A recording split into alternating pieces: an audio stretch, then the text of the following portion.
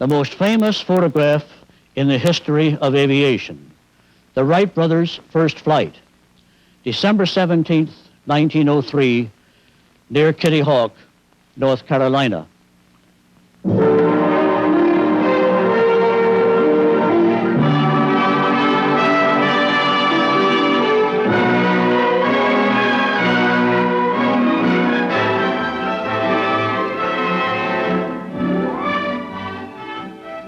How do you do? I am Paul Garber. It is my privilege to be the Historian Emeritus for the National Air and Space Museum at the Smithsonian Institution in Washington.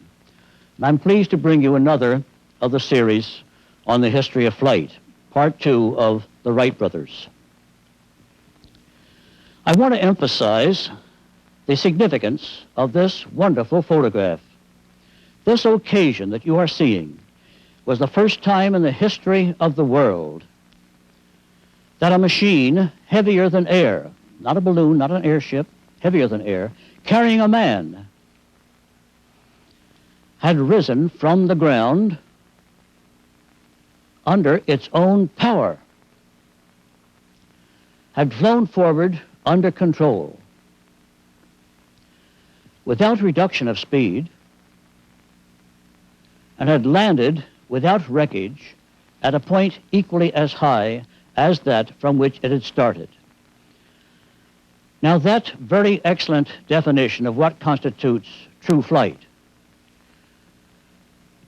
is the best setting forth of the principles that constitute practical aviation. There are many other persons for whom the first flight was claimed. Oh, Whitehead in Connecticut, Adair in France, Maxim in England, Santos-Dumont in Brazil, Jethro in Germany, each one deserving his place. But when you take their claims for the first flight and sift those through that definition, none can equal the qualifications that the Wright brothers did possess, and they remain preeminent as the first to fly. That definition is contained in the first article prepared by Orville and Wilbur Wright. It appeared in the Century magazine for September 1908 and is an excellent article for all of you to read. You will enjoy it. You will benefit from it, as I did. There were 4 flights made that day of December 17th, 1903. The first, with Orville at the controls, was for 12 seconds, a distance of about 120 feet, 10 feet per second. The second by Wilbur, about 175 feet. The third by Orville, the brothers alternating, was a similar distance. But the fourth by Wilbur was 852 feet in 59 seconds. He really got up and flew that thing. But in the landing, which was abrupt, nobody had ever flown an airplane before. There were no books on this, no training lessons. They had to teach themselves.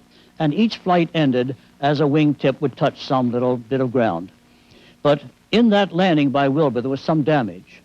And they took the aircraft back to the hangar and there had taken off the front elevator member and were going to repair it. Now, the wind was very strong that day, 27 miles an hour. And as they were talking about the flight and working on this repair, the wind got under those wings, and all of a sudden the aircraft was raised up and then over and then over and over and over, just like a box kite with a broken string. And it was impossible to repair it at that time, so the brothers decided to pack up and go on home in time for Christmas.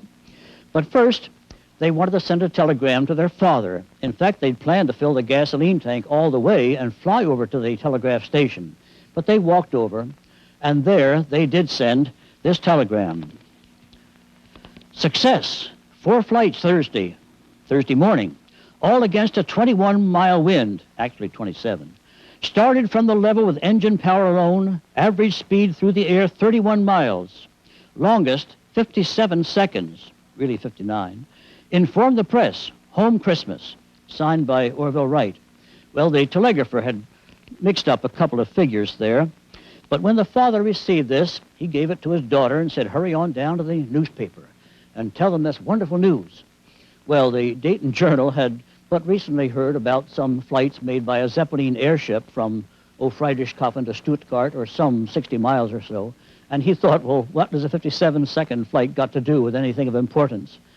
And so the Dayton Journal had nothing at all.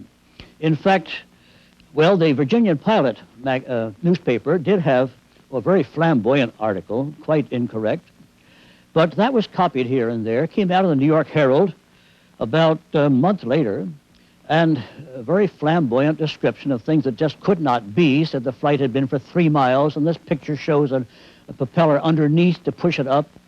But even so, it was publicity. And yet, then it subsided, and the world forgot all about Wilbur and Orville Wright.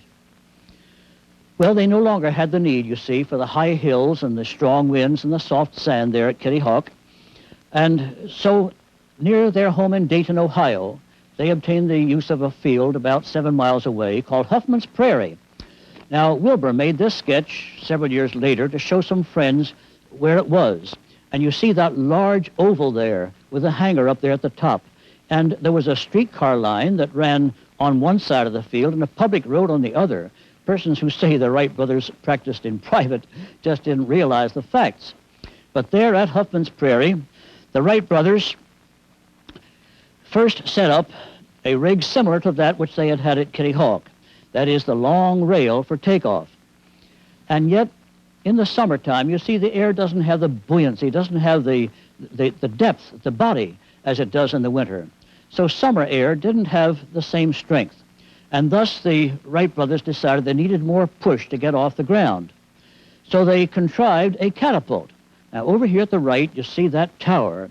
That tower had a weight that was pulled up to the top. I can show that better in a drawing.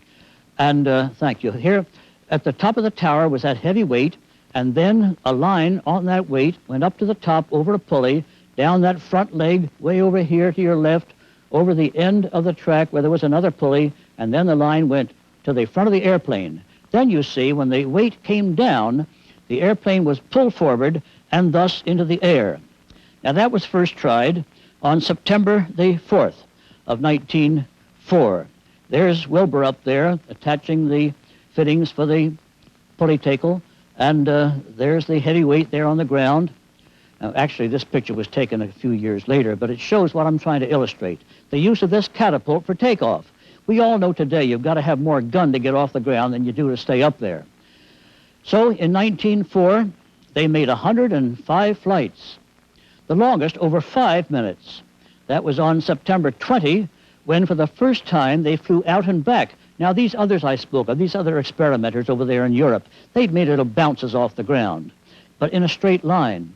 But the Wright brothers there on September 20 flew out and back in big circles and in figure eights, gaining good control of this aircraft. The next year, 1905, they flew for more than half an hour, a flight of 24.2 miles in 38.5 minutes. This was such an excellent accomplishment that the Wright brothers then wrote to the War Department and said, well, we've perfected an airplane that we'd like to demonstrate to you. We think it has military possibilities. We'd be very pleased to show it to you. The War Department paid no attention, just sent them a form letter saying that, well, it wasn't at all helpful, just saying that demonstrations had to be given. The Wright brothers had already asked for that. But here, they did receive their patent in 1906. They'd applied for it in 1903. And this patent is another thing I want to emphasize to you. This was not merely a patent for lift. Aircraft had been lifting since the first kite 3,000 years ago. Things had been steering since the Chinese put a rudder on a boat, maybe another 3,000 before that. But the patent of the Wright brothers was for the combination of balance, lateral balance, and the control of yaw. Yaw is that tendency of an aircraft to sort of slew around in flight. But by the addition of that rear vertical surface and the manipulation in connection with lateral balance, the Wright brothers did develop the basic elements of true flight.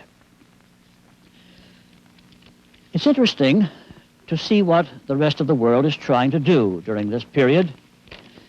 There was Vuya of Bulgaria, who had made this very interesting aircraft. This is preserved today in the French Musée de l'Air at Chaly-Moudon in France. You should go over there and see it. It has an Antoinette engine, and it barely skipped along the ground. Maybe the tracks got a bit light. Here is Ellehammer in Denmark. And this, rose about a foot and flew about 100 feet, but it was tethered to a post so that some of that lift could have been centrifugal. Then there was Alberto Santos Dumont of Brazil.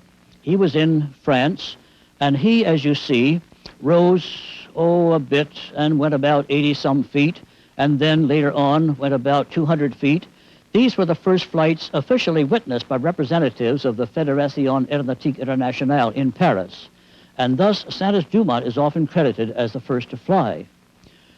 But it was not until the end of 1907, as you see here, that anyone else flew an airplane as much as a minute. And yet the Wright brothers had flown more than half an hour back there in 1905. Now the efforts with the War Department continued to be frustrating. The Wright brothers had hoped that our own country would be interested, but there was very little response. In the meanwhile, other countries were becoming interested. Russia and France and England and Germany. And so in 1907, Wilbur went to France and tried to make some arrangements for demonstrations. Then Orville followed and tried to help with these. Then Orville was asked by Wilbur to prepare one of their airplanes for demonstrations abroad, but it just lay in customs while all of these negotiations were going forward. But now, in the meanwhile, there was a plan to have a meeting of all the navies of the world down at Hampton Roads. And the Wright brothers thought, well, nobody believes we can fly. All of these efforts to get together with these governments are so frustrating and disappointing. Let's go back to Kitty Hawk, they said. Let's put floats on our aircraft and see if we can't fly off Albemarle Sound, and then we'll fly over those vessels, and certainly the fleets of the world will be impressively convinced that an airplane does exist and that we can fly it. Well, they never did complete this experiment. Here you see them on the Miami River near Dayton. They had, incidentally, I want to emphasize that they used hydrofoils on those floats. Now, you think hydrofoils are new? Well, they were invented in 1905 by Forlanini in Italy. But the Wright brothers here, just 2 or 3 years later, had learned about them and put them on these floats. They got some lift. But they gave up these experiments before they were completed because France did show some positive interest. But the Wright brothers hadn't flown since 1905. So they went back to Kitty Hawk. And there, this photograph, quite retouched, was taken by Jimmy Hare of Collier's Magazine. And the article by Byron Newton described how these Wright brothers actually did fly. Those reporters lay there sort of in ambush. The Wright brothers knew they were there, but the reporters didn't know the Wright brothers did.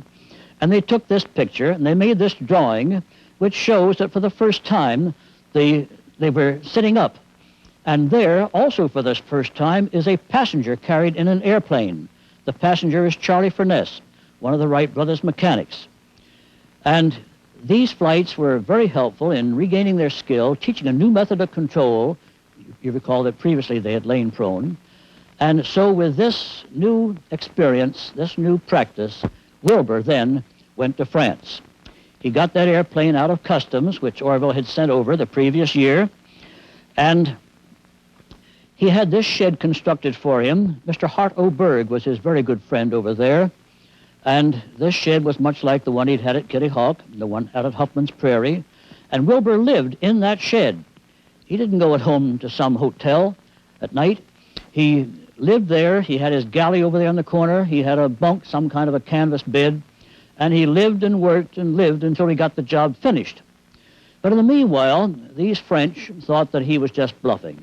They thought, well, look at all the wonderful flights that our persons have made, and yet this Wilbur Wright is just a bluffer. So this was called Le Bluffeur. And there were other criticisms that were not at all complimentary. But Wilbur kept on working, and then came the day when he brought the aircraft completed, repaired, ready to fly. I said repaired because there had been some damage to it while it was in customs. Orville later thought somebody had gotten into that box and was responsible for the damage that Wilbur complained about in the packing. But here is the aircraft repaired, brought out, the rear rudder put on, the front elevator put on, all ready for these demonstrations. Now, these were to take place at Le Mans. Le Mans about 30 miles, I was told, outside of Paris. Later, they went down to Pau, which was a warmer section of that country. But here's Wilbur. He's got those beams, those 2x4s, maybe that's a 2x6, that he's going to lay in a line for that launching track. And then he's going to climb up there in the tower, make that all rigged up, get that ready for the weight. Here he is fixing up the lines by which the aircraft is to be catapulted into the air. And then the aircraft was brought out, placed upon the track. There it is being moved out. Now we have a wonderful motion picture here, the first ever made of an airplane in flight. And I'm so pleased that through the help of the National Archives and this wonderful crew here in the Navy, the two Jims, that we can show it to you. There's Wilbur putting a wheel under that wing, a wheel under the other wing, and thus it is just rolled over the ground. Those wheels were just for temporary use. Now here's a working party. In fact, persons later considered it a great honor to help pull that weight up. There's a passenger seated, because you see Wilbur was going to take passengers over there also and teach persons to fly, starting the engine by getting those propellers on compression, and then down she goes, and there goes the weight, and there goes the aircraft, and into the air. There were hundreds, thousands of persons came to see these flights. These were astounding. They were the greatest news of the day, just as later on we had the news of the trip up there to the moon. And these flights, about 35 miles an hour. Well, a short film, but very impressive, and I'm so glad we had it. Now, the first of Wilbur's passengers was Mr. Zenz, a noted balloonist of that time. Interesting to look at that control. Wilbur's left hand controls the front elevator. His right hand controls the rudder when he pulls it back and forth, and then controls the wing warping as he moves the lever from side to side.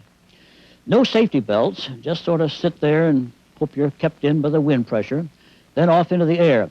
Now, Mrs. Harto Berg is said to be the first woman ever to fly in an airplane. She was the wife of the man who had made the arrangements for Wilbur over there in France. I want to call the ladies' attention to that very modest bit there. This line has been tied around her dress at the ankles. It was just terrible back in 1908 to show an ankle. Later on, when I became a little older, why, ankles were no longer a mystery. But in those days, women were a bit more modest. And again, you see the method of control with Wilbur's hands. She made a flight that she enjoyed a great deal. And as Wilbur continued to fly, this news came to the ears of royalty. Now, you always hear about a royal command requiring a person to go to see that royal person. But here's the King of Spain coming there to France to see Wilbur. The King of Spain there at the right with the hat on, very interested in all that he was witnessing. Wilbur was showing him how the engine operated, how the controls were working, and the king wanted to take a flight. In fact, he got as far as that front seat. But about that time, the Queen said no. So poor Alphonse never got his flight. And yet he was so impressed, as was the King Edward of England, who also saw the Wright brothers fly, and the King of Italy, as you'll learn when I give the next part of this story. So in the meanwhile, now, James Gordon Bennett, the editor of the New York Herald, had originated a number of prizes for competitions in transportation. The James Gordon Bennett Balloon Prize was won by Frank Lom, whom you see there at the left. He was Lieutenant Frank Lom, United States Army, Cavalry. His companion was Major Hersey, and they did win that first James Gordon Bennett race. But in the meanwhile, Frank Lom and his father were learning about the work of the Wright brothers. And it was so impressive to them. They were so proud of these Americans. And so they interceded with Theodore Roosevelt and urged that the Wright brothers be permitted to demonstrate their airplane in America, even though the War Department had not shown the interest. So Theodore Roosevelt directed his Secretary of War to get on the beam. Specifications were written, and bids were let out. In fact, 41 persons responded. They thought the Wrights would be the only one, but 41 persons responded at various prices. One of $1 million. Well, the Wright brothers bid $25,000, and the contract was awarded to them. So then, Orville was to give those demonstrations at Fort Myer, while Wilbur was giving his demonstrations in France. And here is one of those specifications being fulfilled, that the airplane had to be sufficiently portable to be carried from one place to another on an ordinary Army wagon. There's Orville on the running board of that car. The craft is coming up the hill there at Fort Myer, and then was to go across the drill field, where at that time, as you'll see, the Army was experimenting with balloons. In fact, the Army had used balloons as far back as the Civil War. And we're going to tell that in another one of these parts. Also, the Army was interested in an airship, and this airship had been made by Thomas Baldwin, and the power was provided by Glenn Curtis of Hammondsport. I'll be mentioning him a little further on. And this airship was quite successful. The flights by it were in July. Well, now here we are, September, early part of September in 1908, the airplane being unloaded into the hangar there, where it was assembled. Orville supervising the mechanics, Charlie Furness and Charlie Taylor, getting a hand from the men of the Signal Corps there. And then it was brought across the field, again using those temporary wheels, as you saw, being taken over to the catapult, the launching tower. Again, there were thousands of persons there to see these flights. Uh-oh, look out, girls, get out of the way. There's that miniskirt of 1908, demonstrated by these two ladies who were in the way at the moment. Then over to the launching rail, and you can see at the left the tower, and the launching track is underneath, and then the aircraft was being adjusted, ready for takeoff. There's the takeoff. The first one was on September the 3rd.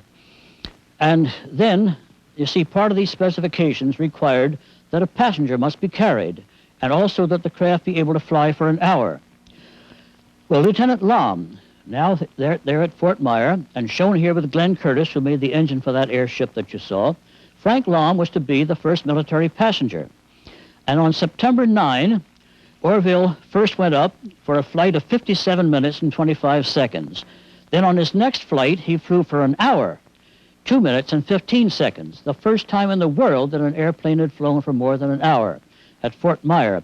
In fact, sometime when you go to Fort Myer, Virginia, you'll see at the reviewing stand a plaque there, a bronze plaque that my wife and I provided through the Early Birds organization. That's a bunch of old-time flyers. And on there, we've listed all these famous firsts of aviation at Fort Myer. Well, then, on September 9, Lom became the first passenger, military passenger to fly, and the duration was 6 minutes and 24 seconds. 6 minutes, 24 seconds, a world record with a passenger. Then, on the 12th of September, the passenger was to be Major Squire. Major Squire, standing there with his back to us. Now, notice that flag on the front strut there of the elevator. That had been given to Orville by Mrs. Winfield Scott Klein. She became wife of the photographer, and later they gave that flag to the National Air and Space Museum. Not the first flag to be flown, because back in 1904, when Roosevelt was elected, the Wright brothers had flown a flag on their airplane at Huffman's Prairie. But now there's Major Squire. He's going to be the next passenger. And on the date of September 12th, he did have a flight for 9 minutes and 6 seconds. That was another world record. Meanwhile, of course, Wilbur was making those flights with passengers in France. Now, on the 17th of September, the passenger was to be Thomas Ethelyn Selfridge, the gentleman in the foreground, and he is with Alexander Graham Bell, inventor of the telephone. Now, Dr. Bell had been interested in aviation for many years. Up at his summer home in Baddeck, Nova Scotia, he had developed a series of kites, and then, having brought together a group of men who consist here of Casey Baldwin. Now, he's no relation to the airship Baldwin. He's to the left. Then Lieutenant Selfridge. In the center is Glenn Curtis, who had been brought in to make the engines. Curtis was a very capable maker of excellent motorcycles.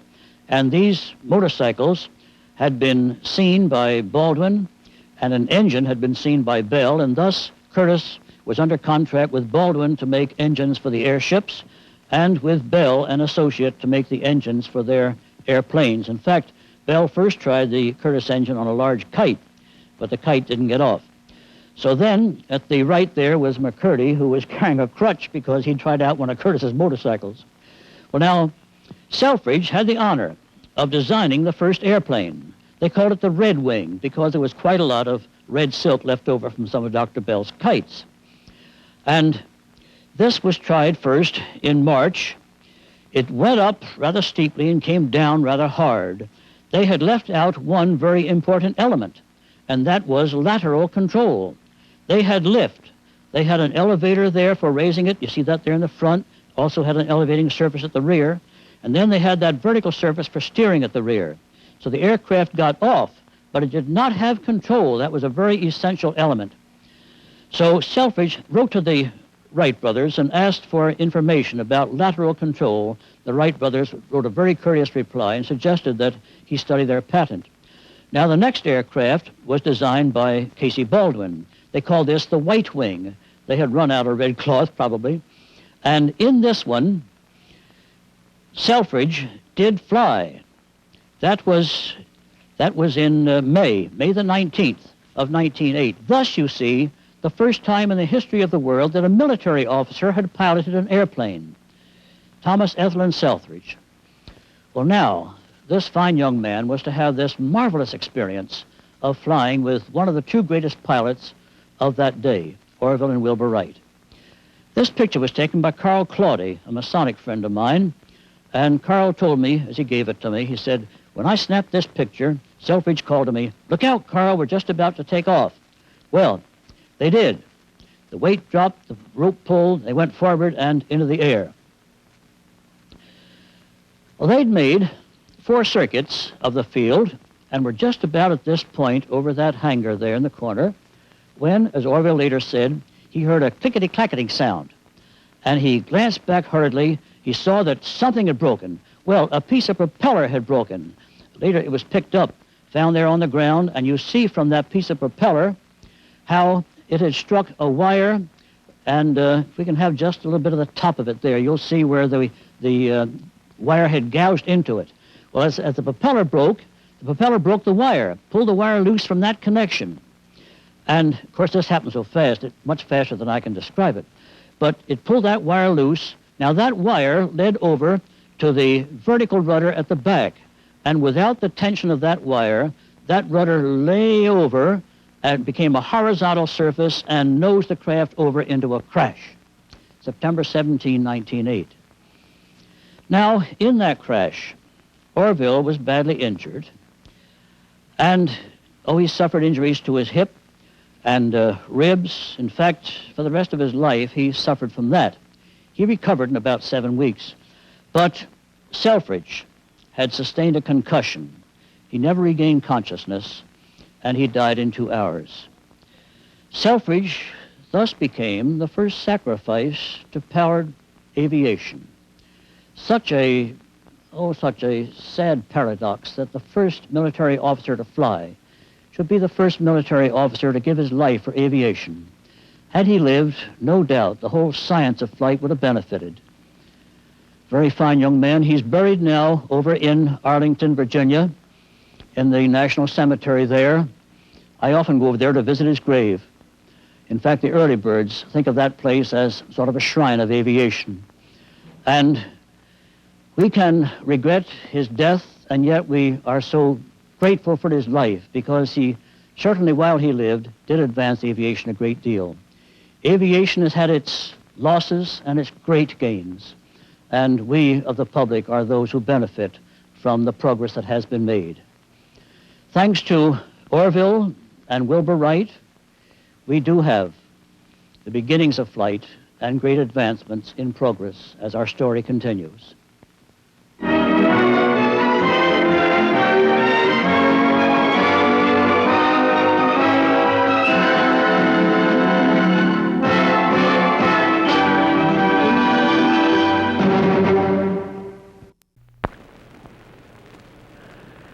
Wilbur and Orville Wright, the first men in the history of the world to pilot a heavier-than aircraft in sustained flight under power and control.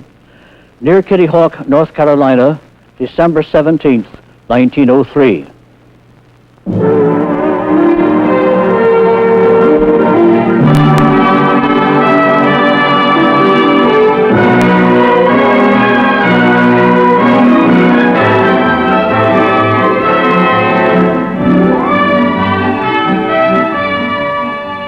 How do you do? I'm Paul Garber, privileged to be Historian Emeritus of the National Air and Space Museum at the Smithsonian in Washington.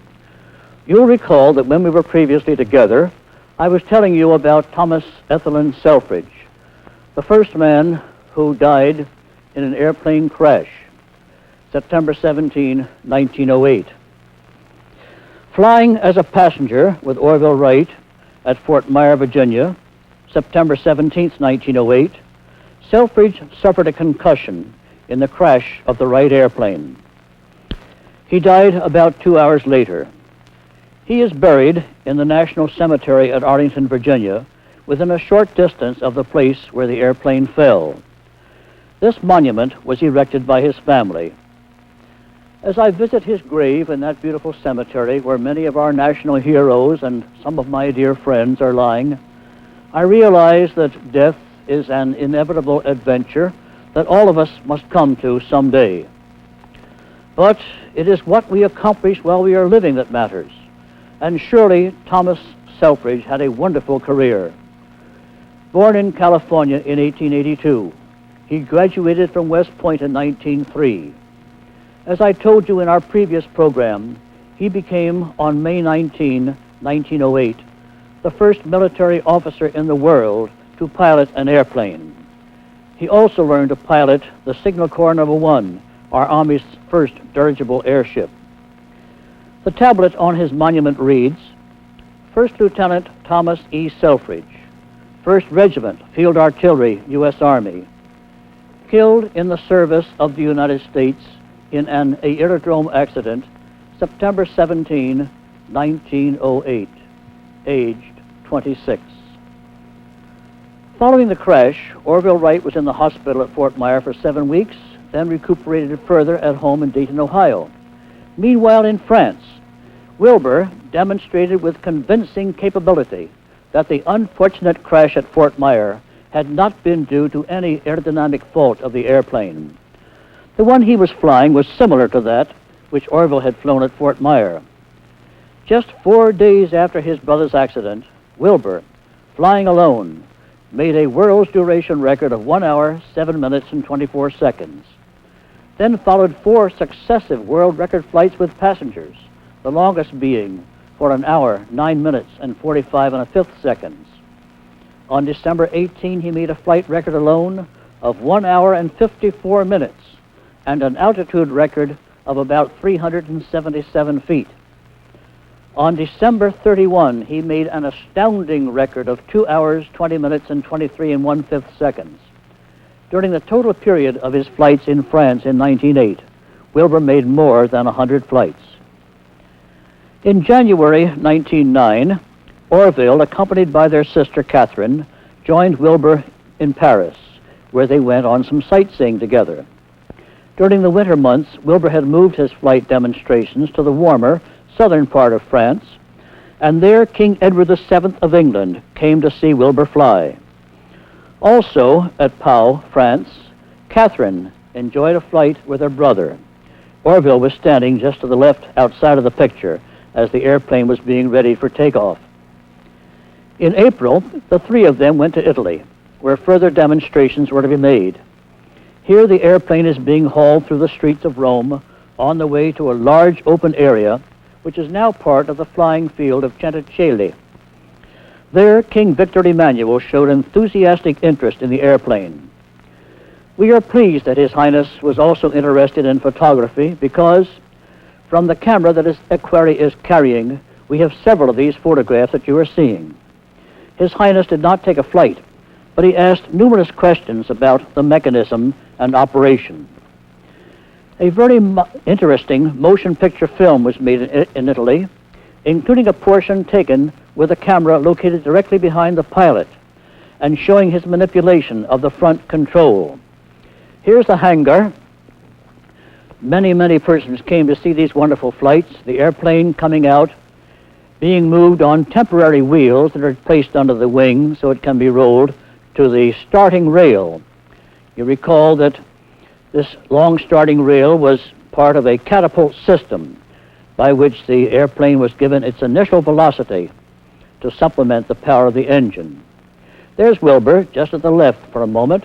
The front end of the airplane is to the right, a bit confusing because today the tail is at the back. Propellers, you see, are at the rear. The engine started by cranking both props, pulling down on the outside blade. There's Wilbur with one of his passengers. He carried about 20 passengers during the 40-some flights that he made there near Rome. Along the starting rail and into the air. A wonderful wide-open area, quite historic because in some of these scenes you can see the old Roman aqueducts in the distance. Around and around that huge field, there's those aqueducts. The speed about 40 miles an hour, altitude, as you see, about 75 to 100 feet, sometimes about 150. The camera was hand cranked, and so the speeds will seem to vary as the operator may have gotten a bit tired turning that crank all the time. Here he's going to give the cameraman a pretty close shave. Large number of officers there. There's Orville with that straw hat on. Balloons were used at that time by a number of armies. Airplane under perfect control. Now we're going to get a real, there goes your hat, real thrill. You notice how the airplane seems to sort of hunt up and down. Of course, close to the ground there are air currents that are sometimes rather bumpy. Another approach. Speed, as I say, about 40 miles an hour. The revolutions of the propeller will seem to vary in the movie. See how slowly they seem to go, but that's because of the synchronization with the motion picture film. About 350 RPM. Now, you're just about to see, for the first time ever taken, movies during an airplane in flight with a camera mounted behind the seats, pointing out forward between the pilot and passenger. Now, along the rail, a very interesting thing here is that string that's tied to that upright stick there. You see it every now and then more clearly than at others. Now, that is an instrument. Today we have hundreds of instruments on our control panels, but that string was just about the first instrument. And as it waved toward the pilot, he could tell whether he was climbing or descending by the way that it would fly sort of upward or downward. And if it sort of waved to one side or another, he knew he was drifting, either right or left, or had a cross current. So it's a darn good instrument. Very simple and quite informative to the pilot. There's some of those aqueducts in the distance. Notice how the airplane seems to go up and down with constant manipulation of that elevator in front. That's one of the features of those types that have the elevator in front. Wilbur made 42 flights in Italy, including a number with passengers. On 23 of these flights, he gave instruction to 3 officers, Lieutenant Mario Calderara of the Italian Navy, Lieutenant Umberto Savoia, and Captain Castanieres Guido. The arrangements for these flights had been made by the United States Ambassador to Italy, Lloyd Griscom, who very graciously gave me these photographs, including this beautiful scene of the airplane flying at sunset. This photograph was inscribed to the ambassador and Mrs. Griscom by Wilbur, Orville, and Catherine. Orville's health had improved during his visit to Europe and further benefited from the 2-week ocean voyage back to the United States. Back home in Dayton, they received a welcoming ovation, a parade and presentation of medals from Congress, from the state of Ohio, and from the city of Dayton. On that same day as the parade, June 18, the airplane which they had constructed as a replacement for the one which had crashed 9 months previous arrived at Fort Myer, and the brothers and sister followed soon after. Here they are at Fort Myer, Wilbur at the left, standing beside one of their mechanics, Charlie Taylor, Orville at the right, talking to his sister, and to her close friend, Mrs. Ralph Van Diemen, of whom you will hear more a bit later. This painting by Colonel Jack McCoy, U.S. Air Force artist, shows the general scene. The airplane, except for the engine and chain transmission, was all new construction, generally similar to the 1908 machine, but 4 feet less in span in order to increase its speed. In this scene, Wilbur has a Signal Corps flag, which he would wave at Orville while flying to inform him about the progress of his flights. Orville is standing there in front, nearest to us on the right side, and Lieutenants Frank Lom and Benjamin Falloy, who were to be the military passengers in separate flights. At the right is a little lad, 10 years old. He's of particular interest to me because that is I. From my personal recollections of one of those flights at Fort Myer, I've been able to help the artist, and in turn, he painted me into the picture, helping one of the photographers, Winfield Scott Klein, carry part of his camera gear. Mr. Klein gave us some of these pictures. Another photographer there was Carl Claudy, who was also very generous in helping me with preparing these lectures. The airplane had been assembled and its engine tested in this hangar located at the southern end of the large drill field. And now, thanks to a motion picture photographer who went from the Department of Agriculture, carrying his large wooden boxed Edison camera over there, we have this first motion picture made in America of an airplane. Now, that's not the airplane in the foreground. That large object is President William Howard Taft, weighed about 320 pounds. And he was accompanied by a number of his cabinet, ambassadors, officials of government. Just about everybody would go over there to see these flights. I read about them in the paper, and I'm so glad that I went over the following year. This is in 1908, however, that you're seeing now. Or not 1909, 1909 this is, yes. You can always tell the difference by the higher landing gear.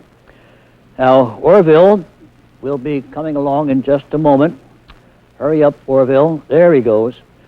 And here he is with his passenger, Lieutenant Lom, Frank P. Lom. The date is July 27 because that was the date of the Endurance flight, the one that I saw.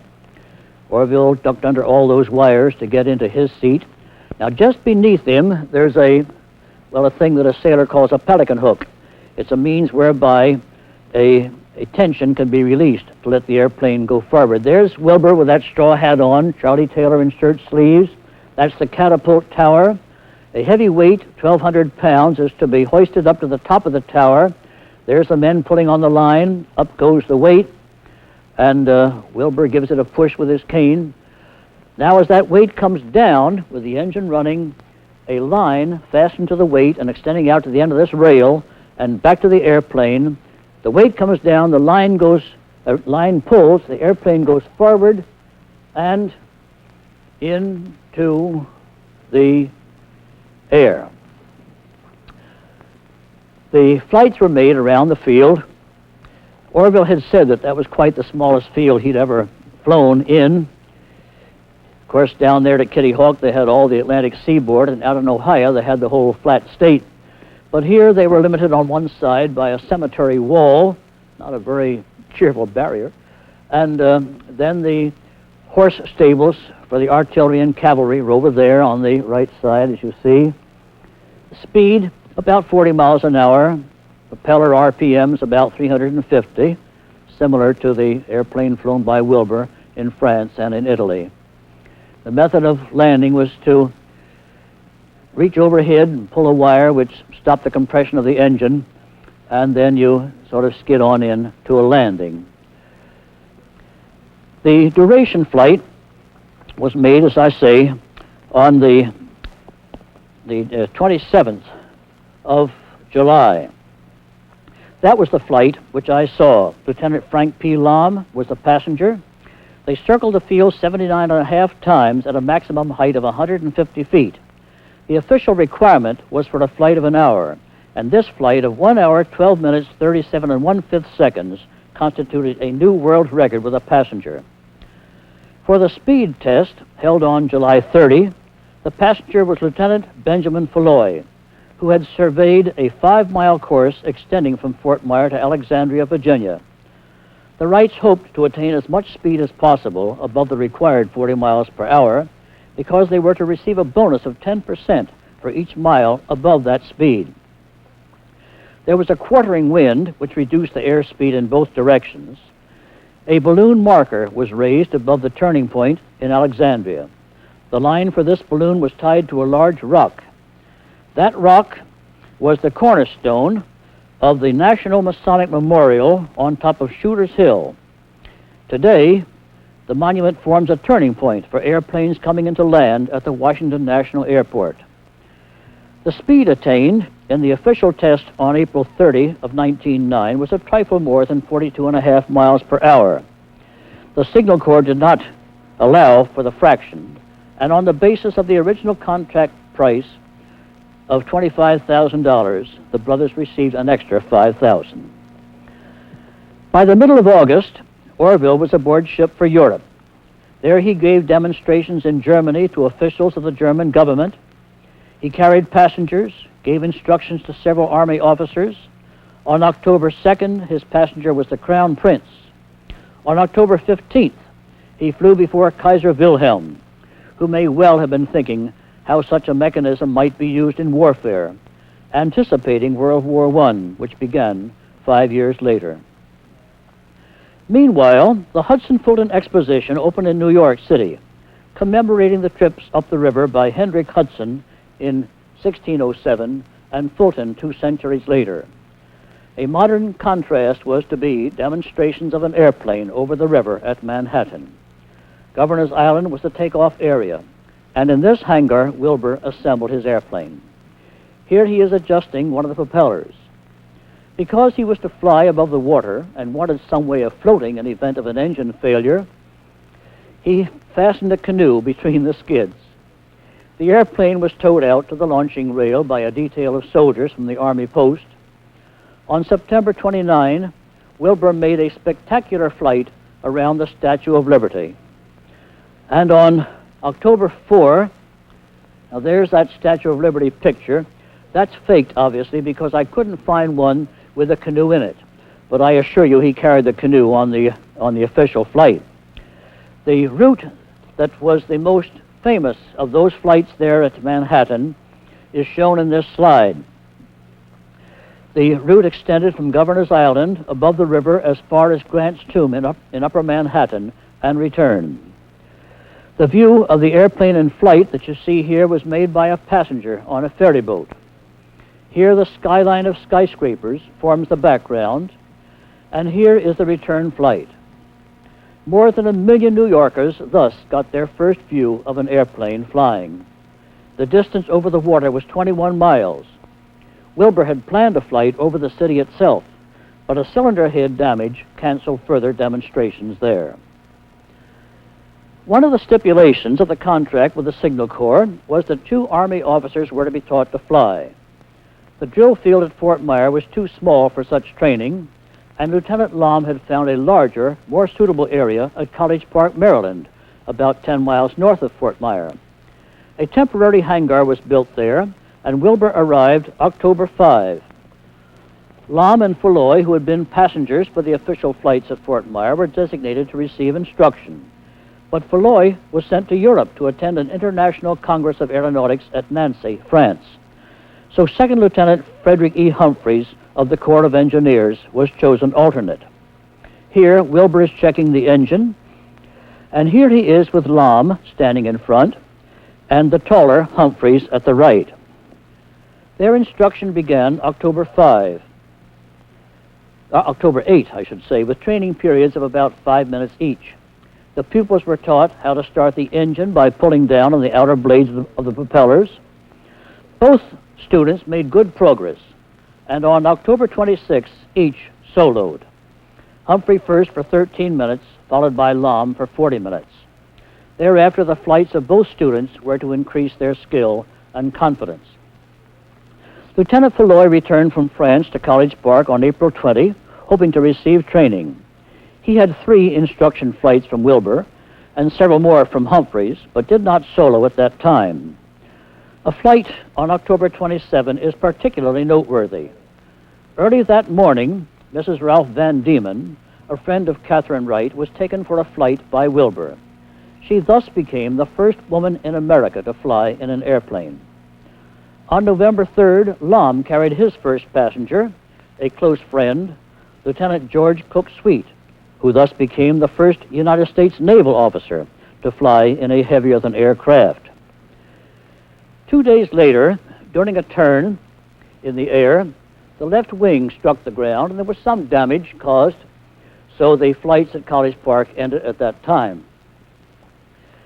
Now, in the peculiar way that the War Department of those days acted and the Defense Department of today sometimes does, the decision was made that Lom should go back to the cavalry, and Humphrey should go back to the engineers, and Benny Falloy, who hadn't sold it at all, was told to take the airplane to Texas and teach himself to fly and use it in connection with the artillery and cavalry and infantry there. En route, he stopped off at Chicago to assemble the airplane during an electrical exposition. Incidentally, radio was installed in it, and that was the first installation I've heard of radio in an airplane. Then he went on down to Fort Sam Houston. The airplane was assembled there.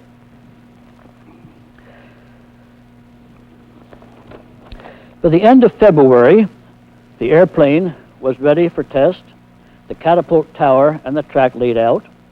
Lieutenant Falloy made his first flight there on March 2. This was also his first solo and lasted 7.5 minutes. It was followed by 3 other flights of 11, 21, and 15 minutes. But on the last flight, engine failure forced him to glide down. Leveling off too soon, he suffered a pancake landing.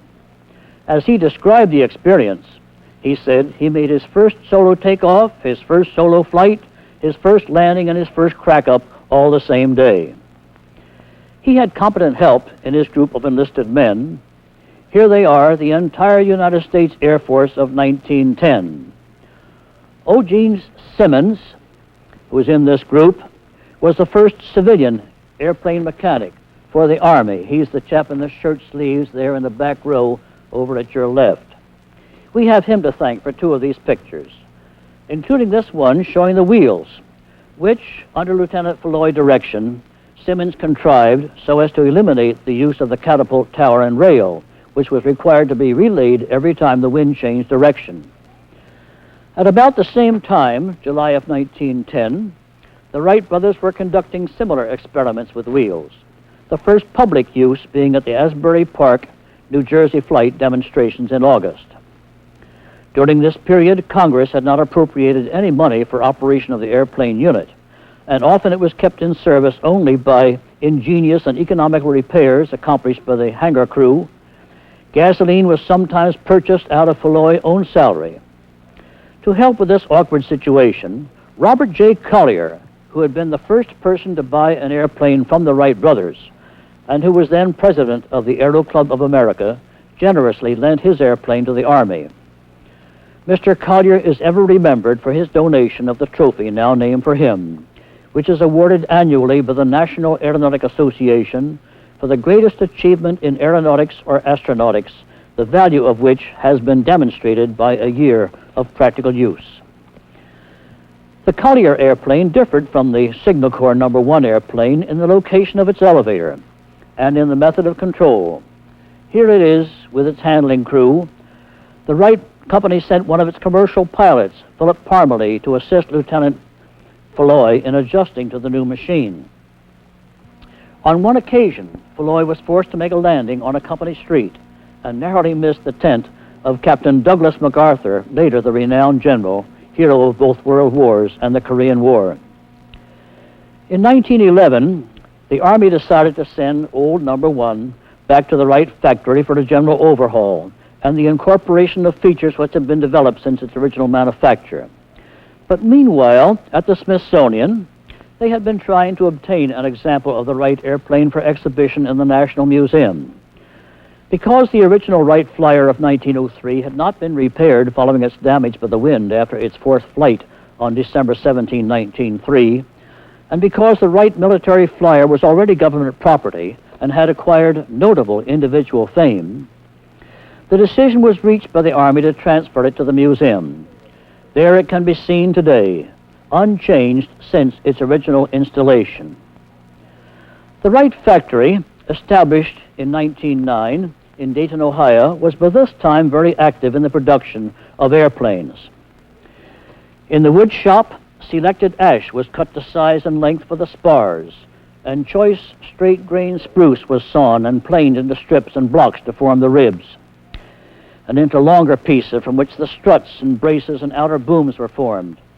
The wings were sewn at first from muslin, But by late 1910, a rubberized cotton was found to be impermeable to air and resistant to dampness.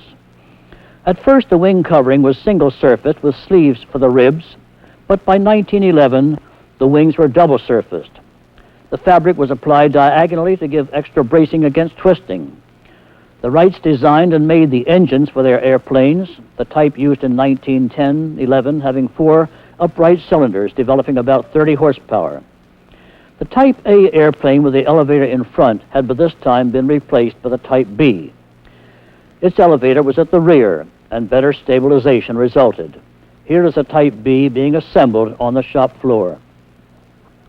Also in 1910 and continuing throughout the period of the Wright Company until 1916, schools were established in Dayton, in Montgomery, Alabama during the winter months, and on Long Island. The first student to solo was Walter Brookins, who continued to be one of the most skillful of the Wright pilots. This ground trainer was used for acquainting the students with the manipulation of the controls for directional steering, climb and descent, and lateral balance. This shows the extent to which the wings could be warped in order to bank the airplane, that is, to raise one wing high when making a turn to prevent skidding outward. Warping was also used to restore balance. Meanwhile, by midsummer of 1909, a remarkable demonstration occurred which drew the attention of the world, momentary at least, away from the accomplishments of the Wright brothers. The flight of Louis Blériot of France in an airplane of his own design from France to England showed that other persons and other nations were mastering the art and science of flight. This flight also demonstrated that the monoplane or single-winged airplane had individual merit, distinctive from the biplane-winged engines of the Wrights. Toward the end of the next month, pilots from all over the world were gathering at Reims, France, for the international aviation events. America was represented by Glenn Curtiss, another great man of whom I will tell you later. The Wright brothers could not participate because they were busy with their military contracts, but they were represented by some whom they had taught to fly. Now, Curtiss won that international speed event on the 29th of August. His speed, the fastest of all, was 47 or 47 miles an hour. But because he had won that event, America became the host for the next year. And this is the airplane the Wright brothers built to compete for the James Gordon Bennett race of 1910. As we resume our story with the next section of this story of the Wright brothers, I'll tell you more about this airplane and then carry on.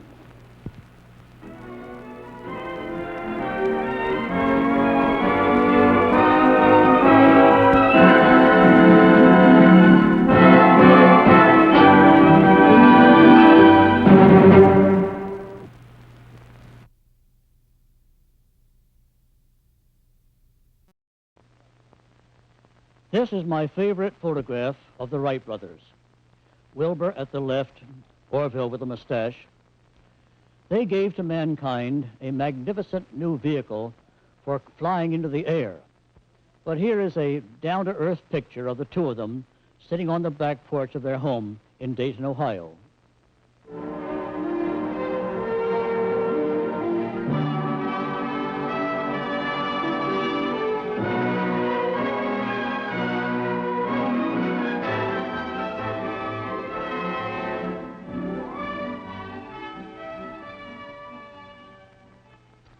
How do you do again? I'm Paul Garber, historian emeritus and Ramsey Associate of the National Air and Space Museum in Washington. In this part of our story, part 4 on the section of the Wright brothers, we have come to that time when, although the Wright brothers in 1903 had invented the airplane, in 1904, 5, 6, 7, and 8 had improved it, and in 1909 were still ahead of most others. By 1910, others in the world had developed airplanes, some of them very interesting, very efficient, such as this Antoinette airplane with Hubert Latham, its principal pilot. In this part of our story, we will be telling not only what the Wright brothers themselves were doing, but also what was accomplished by persons whom they had taught to fly, and others who were flying the right type of airplane. The great prize for airplane speed in 1910 was the James Gordon Bennett Trophy, which had been won for America in 1909 by Glenn Curtis, thus making America the host for 1910. As I concluded part 3 of our story, I showed you this Wright racer, which had been designed and built especially to keep this prize in America. It was named the Baby Grand. Orville, here at the controls, had flown it at a speed of almost 70 miles per hour, faster than the known speed of any other entry. Its 8-cylinder engine weighed about 300 pounds, 100 pounds more than their usual 4-cylinder types, and developed over 50 horsepower. Now look at the size of those propellers. I think they must be around 10 feet in diameter. The wingspan was only 22 feet, almost half that of the Kitty Hawk Flyer. Here's a final engine test. Now, there were no brakes in those days, and they hadn't used wheel chocks yet. I remember back in the old early bird times, it was customary for someone to holler, "More beef!" Then everyone would run to give a hand, and here you see they're holding it back so that the engine can be tried out. Also, sometimes we used to fasten a spring balance to the tail and then tie that to a post so we could measure the pull. Walter Brookins, the first person taught to fly by the Wright brothers, was to pilot the Baby Grand in this race. But to the great disappointment of many, particularly Wilbur and Orville, the engine, up there at Belmont Park, cut out at the critical time, and Brookins smashed into a bad landing. He crawled out of the wreck, but America's best hopes to win the race were lost. The English flyer, Claude Graham White, flying a 100-horsepower French Blériot monoplane, won at a speed of 61 miles per hour. There were a total of 9 entrants from 3 nations, America, England, and France. Arch Hoxsey, also flying a small-span Wright airplane but with a 30-horsepower engine, attained an altitude of about 7,000 feet at Belmont on October 27. On that day, the wind was so strong that his flyer and that of Ralph Johnston were blown backward while still facing forward. On the last day of the meet, October 31, Johnston established a world altitude record of 9,714 feet. Another famous air meet during the fall of 1910 was held at St. Louis. There, Arch Hoxsey took Theodore Roosevelt for a flight. He was the first person who had been President of the United States to fly in an airplane. As they landed and Teddy put back his wide-brimmed felt hat, he probably said, "That was bully." Air Express was inaugurated on November 7, 1910, when Phil Parmalee flew a Wright airplane from Sims Station near Dayton to Columbus, Ohio, carrying a package of silk consigned to the Morehouse Martins Company. The cargo weighed about 100 pounds and was valued at $800. His flight clothing consisted of an undershirt, a sweater coat, a heavy top coat, woolen cap, and goggles. The 65-mile flight was made in 66 minutes. Parmalee carried 1 piece of air mail. And the crowd that welcomed, they were so amused because he had such a hard time getting through all of this clothing and finally finding that letter to give it to Max Morehouse.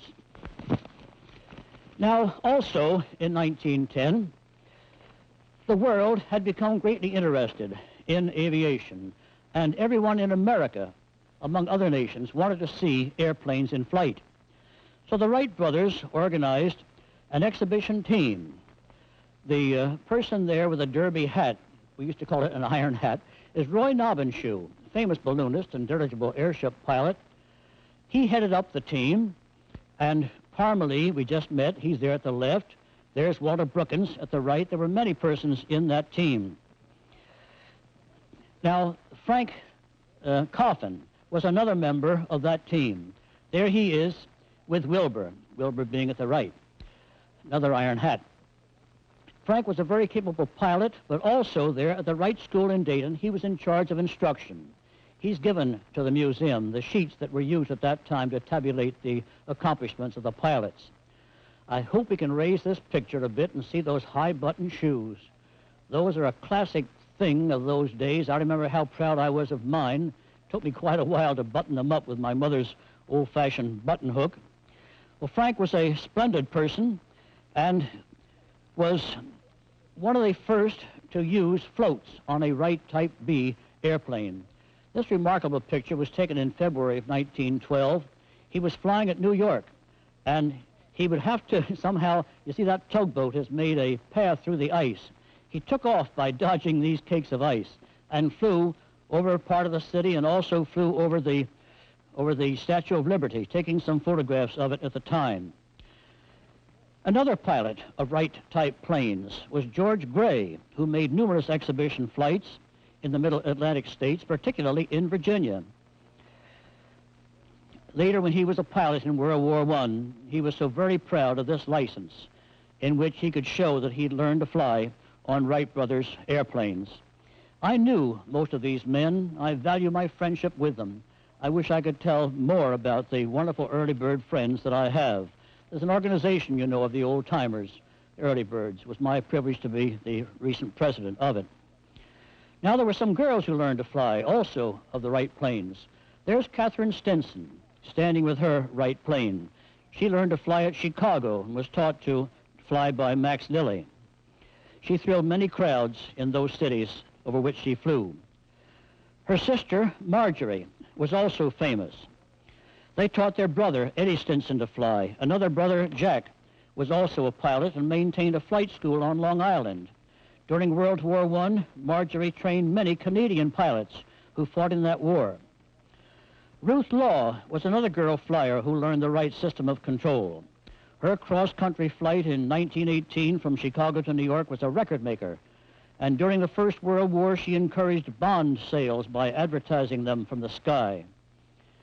Now, Al Welsh, shown here at the left, had been one of the first 3 students taught to fly by Orville Wright. The other 2 were Brookins and Hoxsey.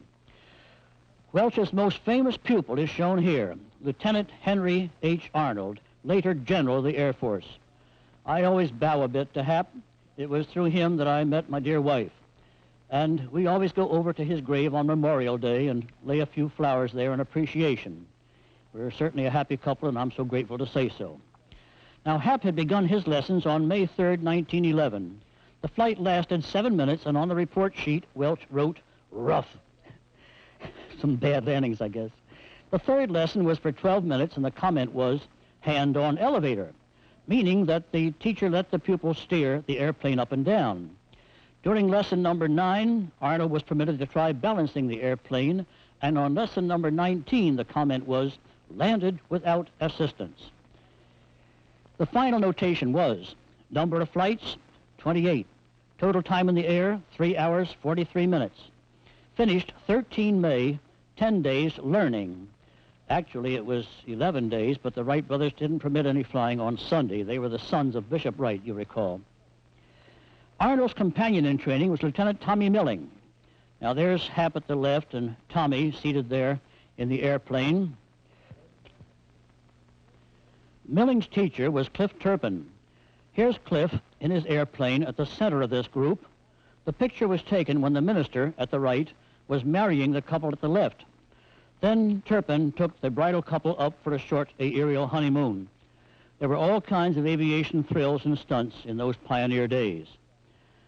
In June of 1911, the Army established its first aviation field at College Park, Maryland, the same field where Wilbur had taught the Army's first 2 pilots in 1909, as I described in my previous section of this series. There, the Army quartermaster constructed these hangars, which had been designed by the Wrights, and Arnold, Milling, and other officers, pilots, and men were assigned to conduct military flight operations there. Arnold was a very active pilot. On July 7, he made an altitude flight of 3,260 feet. On July 10, he flew over the United States Capitol building. On July 18, he climbed to 4,167 feet. And on August 21, he made a cross-country flight of 42 miles to Frederick, Maryland. By this time, an increase of appropriations for aeronautics to $125,000 for the fiscal year 1912 had permitted the purchase of several airplanes of both the Wright and Curtiss types. Bomb dropping in those days was a simple procedure. You just picked it up, held it out, and let it go. Here at San Francisco in 1910, Lieutenant Myron Crissy had assembled a bomb from some 2.5-inch pipe, and made another one from an artillery shell. With Phil Parmalee as pilot, Chrissy dropped them from a Wright airplane over the Tanforan racetrack. These were the first live aerial bombs. But at College Park, a more scientific method was developed by Lieutenant Riley Scott. His invention carried two 18-pound bombs and included a telescope for measuring speed, an altimeter for measuring height, a stopwatch for precise timing, and tabulations for figuring equations. These tables were prepared for an altitude of 400 feet, and from that height, the bombs landed within 10 feet of a target that was 4 by 5 feet on the ground. Scott, whose pilots for these tests had been Tommy Milling, prepared tabulations for an altitude of 3,000 feet, but before he could make those tests at College Park, he had to leave for France. Our own War Department had not shown much interest, but the French had offered a prize for bomb dropping, and Scott was going to try to win it. In fact, there he did win the recognition he deserved. Now, James Means of Boston, whom you'll recall from a previous talk, was compiler of the aeronautical annuals of 1895, 6, and 7. The Wright brothers had studied those and had continued their interest in aviation from that time. Means also was interested in aviation, and in 1909 was granted a patent for a signaling device. It used the exhaust of the engine to blow through a tube in which lampblack was inserted by tapping a key, something like a telegraph, whereby dots and dashes of the Morse code could be blown out as visual signals. This was also tested at College Park, October 13, 1911. The official report was, because of the short time of the visibility of the puffs and the impossibility of distinguishing the same at a distance greater than 4 or 5 miles, it is thought that the device is not practical for general military use. On June 7, 1912, Captain Chandler, who was in charge of the air station at College Park, tested a Lewis machine gun for the first time from the air. Lieutenant Milling was his pilot. Using a drum with 50 cartridges firing at the rate of 500 shots a minute, 5 hits were made on a strip of cheesecloth 6 by 7 feet in size from an altitude of 250 feet. Other shots were fired into a pond to give the gunner a better idea of the spacing of the bullets. The next day, from an altitude of 550 feet, some 44 shots were fired. 14 of them hit a cloth target on the ground. The target was 2 yards by 18 yards in size. The gunner was handicapped by the lack of sights on his gun, and also it was very difficult to maneuver, to aim, to turn the gun because of the limited connection there of it. Moreover, the War Department was not particularly impressed by this. They said the purpose of the airplane is for reconnaissance duty only, and it is those young officers out at College Park who have these rather ridiculous and fanciful ideas that gunnery will ever be used during air combats. You see, the War Department still had to learn a few things. In October of 1911, Orville Wright went back to Kitty Hawk to conduct some tests in gliding under the very favorable conditions that prevail there. He was anxious particularly to develop some kind of an automatic stabilizer. In fact, he'd been working on that since 1907. He had with him there at Kitty Hawk his brother, Lauren, his nephew, Horace, and their friend, Alec Ogilvy of England. Their first job upon arrival at the old camp was to patch up the hangar and arrange housekeeping details. The gliding tests continued for most of the month, with various modifications made in the aircraft, at times using some parts from the old machine of 1905, which they had left there. The most notable performance was on October 24, when about 20 glides were made, ranging from 1 minute to a world record of 9 minutes and 45 seconds. Now, that's hovering, you see, remaining motionless, pretty much motionless over one spot. Marvelous accomplishment. This record was not exceeded until 1921, when Germany, you see, had been prevented from flying powered aircraft and then turned to gliding to keep up their flying proficiency. And then they did finally surpass that 9-minute record. But this stood for about 10 years. Also in October 1911, another air meet was being held in St. Louis. One of the features was the carrying of mail by airplane. Walter Brookins, here seated on the skid, was the pilot. This was the second instance of official airplane mail in America. The first had occurred the previous month at the Nassau Boulevard, Long Island Air Meet, when Earl Ovington, wearing the crash helmet, had received a bag of mail from the Postmaster General himself. Frank Hitchcock, the Postmaster General, gave me this picture several years ago. Now at St. Louis, Second Assistant Postmaster General Granfield officiated. He's the gray-haired gentleman. The date of October 4 is confirmed by this piece of mail addressed to A.B. Lambert, one of the most enthusiastic patrons of aviation in those pioneer days. Later became one of the St. Louis sponsors of Charles Lindbergh's transatlantic flight. Incidentally, there's a penny postcard. You don't see them anymore. Now here's Mr. Lambert with Walter Brookins. One of the most notable pilots of Wright airplanes on cross-country flights was Harry Atwood. His world record accomplishment for 1911 was from St. Louis to New York City, a distance of 1,266 miles, made with 19 intermediate stops in 12 days. A Wright Type B, made by the Burgess Company under license, was used and required no major repairs en route. It was the same airplane he had used in a flight from Boston to Atlantic City, New Jersey. Soon after that flight, Atwood learned that the Aero Club of Washington had awarded him its gold medal. The Aero Club of America also recognized that flight. The medal was to be presented by the President of the United States, then William Howard Taft. To receive it, Atwood flew to Washington and landed on the southern lawn of the White House, believe it or not. When I told one of our president's helicopter pilots about this flight and this landing, the helicopter pilot refused to believe it until I showed him this picture. He thought only helicopters could sit down in the backyard of the White House. Then when I said that Atwood took off from the same limited space after receiving the medal, as verified by this photograph, the president's pilot finally gave in, but he pointed out that the trees were not as tall then as they are now. But the greatest flight of 1911, and in fact one of the most notable of all time, was accomplished by this pilot, Calbraith Perry Rogers. He loved to fly and he loved a cigar too. He not only exceeded Atwood's distance record, but became the first person to fly an airplane all the way from coast to coast across the United States of America. Rogers was the descendant of famous Americans. His father was a captain in the United States Army and fought in the Indian Wars. Rogers' great-grandfather was Commodore Matthew Calbraith Perry, who had sailed his squadron into Japanese waters, inviting that nation to engage in commerce with America back in the 1860s. Rogers' grand-uncle was Captain Oliver Hazard Perry, hero of the Battle of Lake Erie in the War of 1812. Cal had hoped to be a naval officer, but was prevented by an air condition.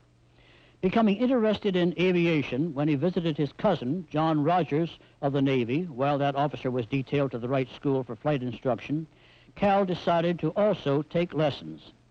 He soloed in the remarkable time of 90 minutes instruction. He attracted national attention 2 months later during the 9-day air meet held in Chicago when he won the award for the most time in the air, flying every day for a total of 27 hours. Now, back in those romantic days of the early birds, there were various prizes offered for flights from one city to another. Remember that Curtis got the one from Albany to New York, and then Hamilton got the one from New York to Philadelphia in return. But then William Randolph Hearst of the Hearst newspapers was going to clobber all those lesser prizes of around $5,000 and $10,000 with a $50,000 prize. Now, $50,000 was a heck of a lot of money then. It still is to a museum curator, I assure you. But $50,000 for the first flight from coast to coast, all the way in either direction. It had to be done, however, in 30 days. Now, Cal Rogers was among those who were determined to win that prize. The others, they cracked up or gave up, but he kept on. He took off from Sheepshead Bay, Long Island, on 17 September, from Sheepshead Bay, Long Island. His airplane was a Wright Type EX, single-seated with a 35-horsepower four-cylinder engine. He flew right over New York City. Now, can you imagine sitting on a board seat, no safety belt, your feet stick out on a little piece of about 2x2, or less than that, wood, to brace your feet on. You look down at all those skyscrapers reaching up at you. He flew right over New York City, but then he spotted on the New Jersey tracks this white-painted car. Now, that says Vin Fizz. Vin Fizz was a drink, now not Gin Fizz, Vin Fizz was a drink sold for 5 cents, put out by the Armor Company, who were meat packers, so I don't know what to put in the drink. They said it had grapes in it. But they were paying part of his expenses, $5 a mile. And this was one of a train of cars. This had his spare parts in it, had another airplane, had a spare engine. His wife was in there. I didn't mean to say she was a spare part. No, she rode in the Pullman car. It was also a diner. There was this train that accompanied him. And sometimes he'd catch up to the train, sometimes the train would catch up to him. Now here is Cal landing at Middletown, New York. That was his first stop, a wonderful flight. He said it was a good landing because it didn't knock the ashes off the end of his cigar. He'd flown 84 miles in 105 minutes. Now here he holds up his only instrument. That's a piece of string. It was a corset string. His wife donated that. But that was fastened to a wire in front of him, and it would wave at him. And if it waved to right or left, he knew that he was drifting side to side. If it waved up or down, he knew that he was climbing or descending. It's a very good instrument, but that's all he had. No compass at all. Nothing but that little piece of line. Now, taking off from Middletown the next morning, his wheels brushed the top of a tree, and he landed in a chicken yard. That's no place to set it down. Repairs took 3 days. You must realize he had no advanced weather reports, no compass, no accurate information about the route ahead, only the railroad tracks to guide him, and sometimes he took the wrong switch. He flew on. His route lay across New York State, a corner of Pennsylvania, into Ohio, Indiana, Chicago. Then he turned southward because he knew he couldn't get over the high Rockies, through Missouri, Kansas, Oklahoma, Texas. He had more than a dozen serious crack-ups, some real washouts, but with the help of his mechanics, he kept on. Charlie Taylor was sometimes sent to help him from the Wright Company there in Dayton. As he got to Texas, there was an eagle there that disputed Cal's right to invade those skies. Also in Texas, he met Bob Fowler, who was trying to win the Hearst Prize by flying from California to the East Coast. Fowler eventually reached the Florida coast near Jacksonville. That was the next year. It took him 122 days. As I stand here, the record is 123 minutes. Same distance, a B-58. But now we're back in 1911. After 49 days, Rogers arrived at his official destination. That was Pasadena, California. Here he received enthusiastic acclaim, as you can see. He had exceeded the 30-day stipulation, so he didn't get the prize. Nobody got the prize. Sort of a dirty trick, I think, but he did get the American flag around his shoulders, and that's a good enough prize for anybody. But now he wanted to take off and actually reach the Pacific coast. Here he is. He's going to go about 15 miles on to Long Beach. But over Compton, his engine quit, and he really pranged it down. He landed head first in a plowed field. Both legs were broken, also his collarbone, and he had a brain concussion, was unconscious for 24 hours. He was in the hospital a month. But then with his good wife's help, now that's Mabel at the left, his mother has on that rather large hat. But then they got him out in a wheelchair. He got on board a pair of crutches. He hobbled over to his beloved Vin Fizz, which had been repaired by his faithful crew. An enormous crowd awaited him at Long Beach. And there, sure enough, he landed and rolled those wheels in the surf of the Pacific. This was a glorious moment. He had flown from coast to coast in 84 days, a distance of 4,320 miles the way he flew it. The first person to cross the United States of America by air. He was feted back and forth, banquets on the East Coast, the West Coast, but finally he returned to California, and then on April 3rd he was giving an exhibition flight over Long Beach in his Wright B. He flew over a pier, and there was a bunch of seagulls that rose up rather frightened. One of them jammed itself into the controls, and down went Cal. He did not walk away from this one. He died April 3, 1912. Today, in the National Air and Space Museum, in this old tin shed, and I'll put in a plug for a new building because this is the most permanent temporary building in Washington, there is the Vin Fizz Flyer, restored by the Smithsonian crew, a wonder to everyone who sees it, this marvelous aircraft that did make the first coast-to-coast flight. Another development in 1911 is especially pertinent to this series of talks that we're giving. There's the Navy's first air station, and there is the Wright Type B, there at Greenbury Point, Maryland, across the Severn River from Annapolis. Lieutenant Rogers, who was Cal Rogers' cousin, had been taught to fly at the Wright Brothers School and was sent there to fly the plane. There's John Rogers in the foreground. With the showing of this picture, I want to identify and thank the sailor in the white cap. He is Dale Ziegler, by whose kindness I obtained these pictures of the B-1. I'll speak about him further in our next program. The B-1 was operated either as a land plane or a seaplane. Here is one configuration with two floats, and here one float only is used with the addition of wingtip floats to keep it balanced in rough water. Flights were made in the B-1 to Baltimore and to other areas of the Chesapeake, and then in December, with wintry weather making flying difficult, the aviators at Greenberry Point were ordered to transfer with their equipment to North Island, San Diego, California. There the dear old B-1 finally was washed out. Here is how a naval aviator kept his feet dry when going ashore from his aircraft, riding piggyback on some sailor. The dear old B-1, as I said, was finally washed out after about 2 years of service. But we're so grateful that one piece of it has been preserved, and that's the engine that you see here on this model. I'll tell you about that in our next program. I think it's a wonderful story, thanks to the foresight of the Navy, thanks a bit to the museum. We have kept it, and it's a wonderful part, the oldest relic of naval aviation.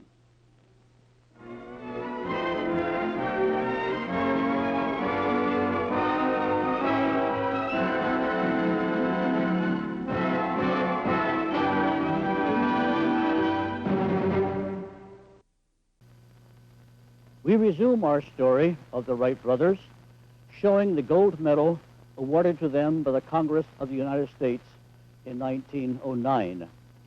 On the reverse is the inscription from the Bible, "They shall mount up with wings as eagles."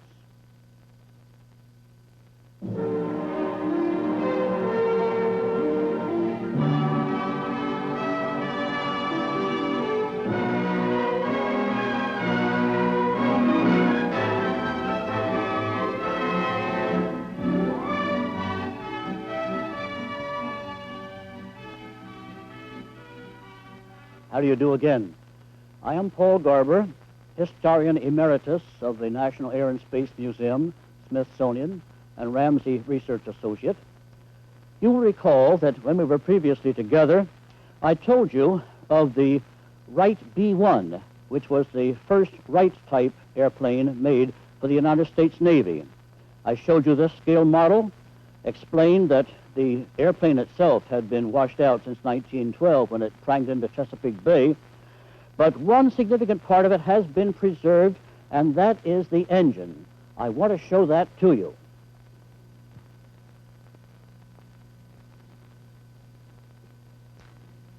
This is the oldest relic of United States naval aviation.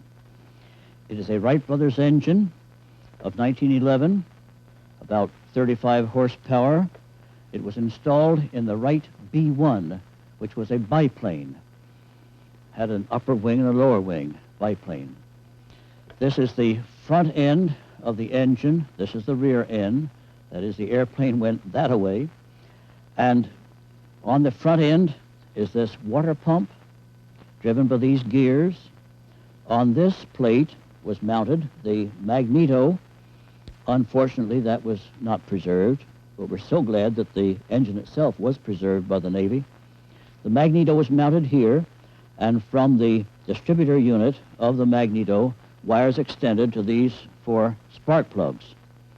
The magneto could be rocked mechanically by an arm so as to reduce the speed somewhat, but there was no throttle as such.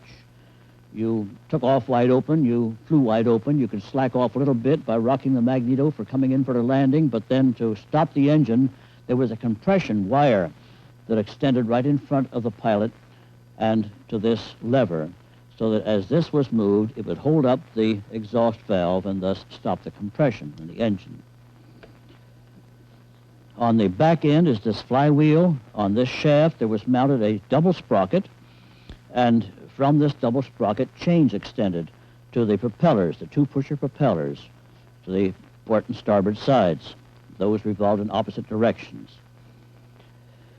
We are positive that this is the engine of the B-1.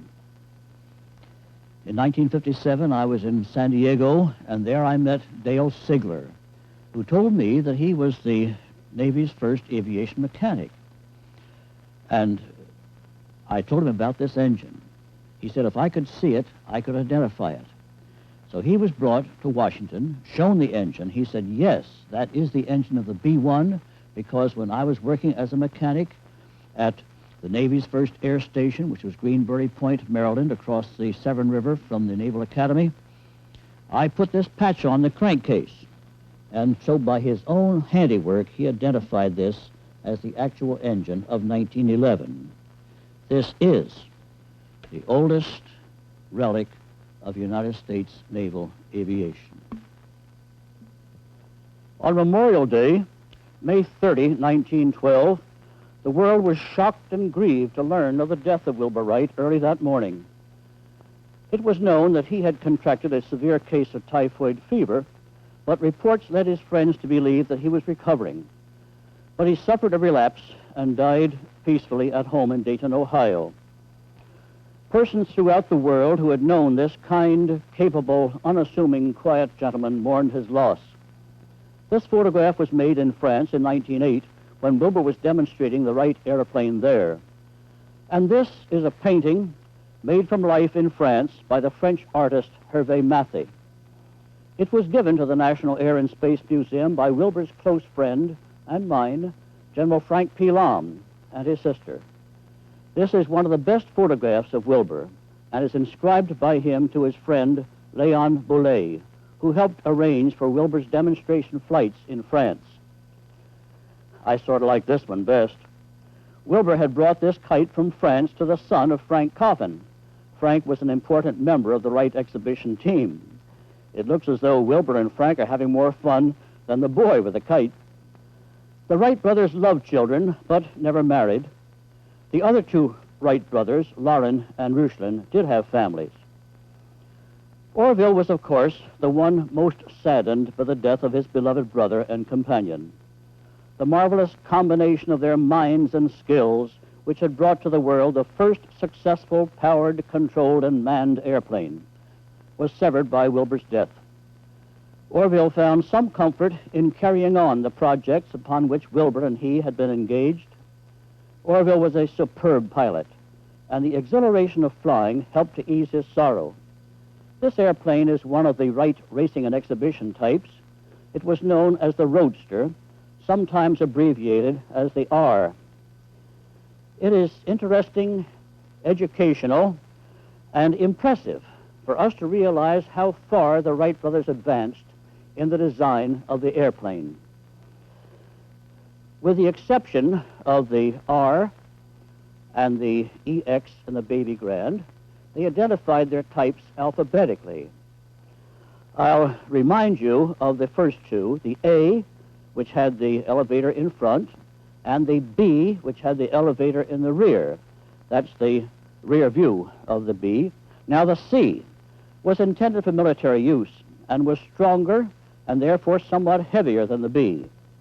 Its airfoil had less curvature, and it could lift heavier loads and climb faster than previous types. The most visible difference in appearance was the use of vertical vanes in front instead of the triangular form as in the B, EX, and R.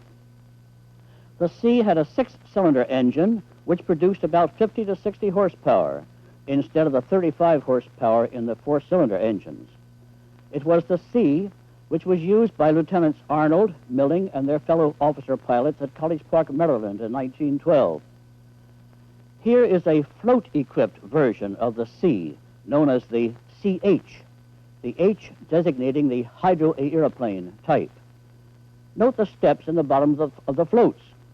They break open the suction that often prevents seaplanes from getting unstuck from the water. Orville had noticed that in some maneuvers during flights in the CH, the two long parallel floats seemed to interfere with the flow of air to the wing. And after further experimenting, he preferred this single float of rectangular shape, as you're about to see in the next slide. Early in 1912, the Signal Corps requested from the Wright brothers a proposal and bid for a light scout machine. It was to carry one person, have a speed of 65 miles per hour, climb at 1,800 feet in 3 minutes, have a 3-hour gasoline capacity, and be easily transportable by road or rail. For this airplane, the Wright's bid of $6,000 was accepted. The airplane, known as the Wright D, was delivered to College Park that summer. That's Tommy Milling at the controls. The first single-propellered airplane produced by the Wrights was Type E. It had a wingspan of 32 feet and weighed 730 pounds without the pilot. Orville enjoyed flying this one. Type F was made for the Army in 1913 and was the first Wright airplane to have an enclosed fuselage. It was powered with a European Austro-Daimler engine of 90 horsepower. Here, a group of soldiers are holding it back while the pilot revs up the engine. In the side view, you can see the Army's number 39 on the rudder. Now, I want to interrupt our alphabetical sequence by inserting an item which will be in chronological order, but in view of the extensive use and importance today of automatic piloting, it is impressive evidence of Orville Wright's foresight and genius. Almost from the very beginning of their experiments, Orville had been interested in developing an apparatus for automatically stabilizing and controlling an airplane. The equipment shown here represents about 8 years of development. These pictures were taken in the winter of 1913. A Type C airplane was used. The group witnessing the flights was a committee assigned by the Aero Club of America to judge the effectiveness of the apparatus. Orville made both straight and circling flights, demonstrating the absolute reliability of the system, and as a final proof that his invention was practical, flew toward the judges with his hands raised high above the control levers. As a final gesture, he tapped the rudder control, whereupon the airplane commenced a wide turn and continued on that course until Orville took over control and brought the airplane into a landing. For the development of this stabilizer, Orville Wright received the Robert J. Collier Trophy. In May of 1914, he delivered a lecture on the stability of airplanes at the Franklin Institute in Philadelphia. The Smithsonian reprinted that text. In 1913, Orville engaged the services of Grover Learning. He was the first graduate in America of an aeronautical engineering course, earning his Master of Arts degree at Columbia University, New York City in 1910. Having participated in the design and development of a glider flying boat as early as April 1909, and having made and flown a flying boat in 1912, he brought to the Wright Company a knowledge of seaplanes, very important for the further developments. This is the Wright brothers' aeroboat of 1913, the Type G. It had oars near the wingtips to aid in making turns on the narrow river. The hull was framed of ash and spruce covered with sheet metal, treated to prevent corrosion. The span was 38 feet and net weight 1,200 pounds. Its 6-cylinder engine was located behind the pilot and passenger who sat side by side. In the next type of aeroboat, the horizontal elevator was raised high above the outriggers to avoid the spray. The engine was in the bow of the hull, the drive shaft extending aft between the seats to the double sprocket by which the chains to the propellers were driven. Here are Orville and Oscar Brindley, who was one of the most capable pilots in the Wright organization. Aeroboats were purchased and flown by a number of pilots, including Harry Atwood and Ernest Hall, who flew them principally on the rivers and lakes of Ohio. Type H resembled the F and was brought out in 1914. The span was 38 feet and weight 1,150 pounds. Its fuselage was of wood covered with canvas. It was rated to carry a useful load of 1,000 pounds and to have a speed of 56 miles per hour. A shorter winged version of the H was known as the HS. It had a somewhat better speed and rate of climb. Note that by 1915, the form of control had changed from the 2-lever system to a wheel.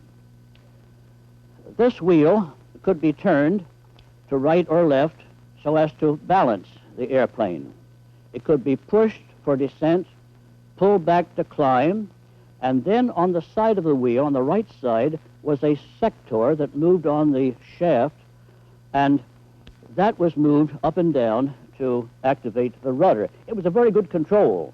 In my opinion, it's the best of the 7 types of control that were produced during the history of the Wright brothers' experiments. Now, according to a letter written by Orville in 1943, there was no Type I produced by the Wright Company. But they had meanwhile licensed the Burgess Company in Massachusetts to make airplanes, and the Type I was the Burgess copy of the Wright Type B, used notably by Harry Atwood when he made his wonderful flight to the backyard of the White House back there in 1912. Another pilot of the Burgess type was my good friend Roy Wright, who barnstormed in the Middle Atlantic states. Other forms using the Wright type of wings were produced by Burgess, who also developed some original designs. This aeroboat, you will notice, has a long hull extending from the bow to the rudder. Previous types had the short hull with the outriggers. But this was identified as Type J. It was operated on the Hudson River, carrying passengers for hire. Note that it was equipped with hydrofoils beside the hull, both sides, to assist in takeoff. Now, Type K was developed for the Navy in 1915. It was a departure from conventional Wright designs. The propellers were in front of the wing, the lateral balance was effected by ailerons instead of by wing warping, and the rudder was rounded instead of rectangular. These cylindrical floats, originally supplied from the Wright factory, were unsatisfactory and were replaced by those designed by Captain Halden C. Richardson of the Navy and manufactured by Burgess. They improved takeoff and alighting. The K was the last Wright type to have the bent-end propellers, which had been used since 1908. The final design produced by the Wright Company was the L of 1915-16. It was a further departure from the original Wright types. It had a single propeller in front of a covered fuselage with a cockpit behind the wing. It had ailerons and wheel control. The speed range was 25 to 80 miles per hour and climb about 650 feet per minute. It was intended to meet military requirements for high-speed scouting, but as you see, it was very much below the performance of types then being used in the European War. That war had been raging for 2 years, and under the pressure of combat, a number of advanced designs had been developed. By the time the L was produced, Orville Wright's active direction of the original Wright Company became terminated. With the war in Europe intensifying, some American manufacturers received contracts for military supplies. The financiers and businessmen who had taken over operation of the Wright Company arranged a merger with a firm established by Glenn Martin. That's Martin there in the picture with Orville. The resultant organization being known as the Wright-Martin Aircraft Corporation. They were attending an air show there in 1917. One of the principal undertakings of the new corporation was to obtain rights to manufacture the French Hispano-Suiza engines, which were urgently needed for British and French fighter airplanes. They obtained the facilities of the former Simplex Automobile Company, which was up there in New Jersey. And not only did they make good copies of the French engine, but also they improved the manufacturing methods. Early in 1917, Orville served as consulting engineer to a new organization there in Dayton called the Dayton Airplane Company.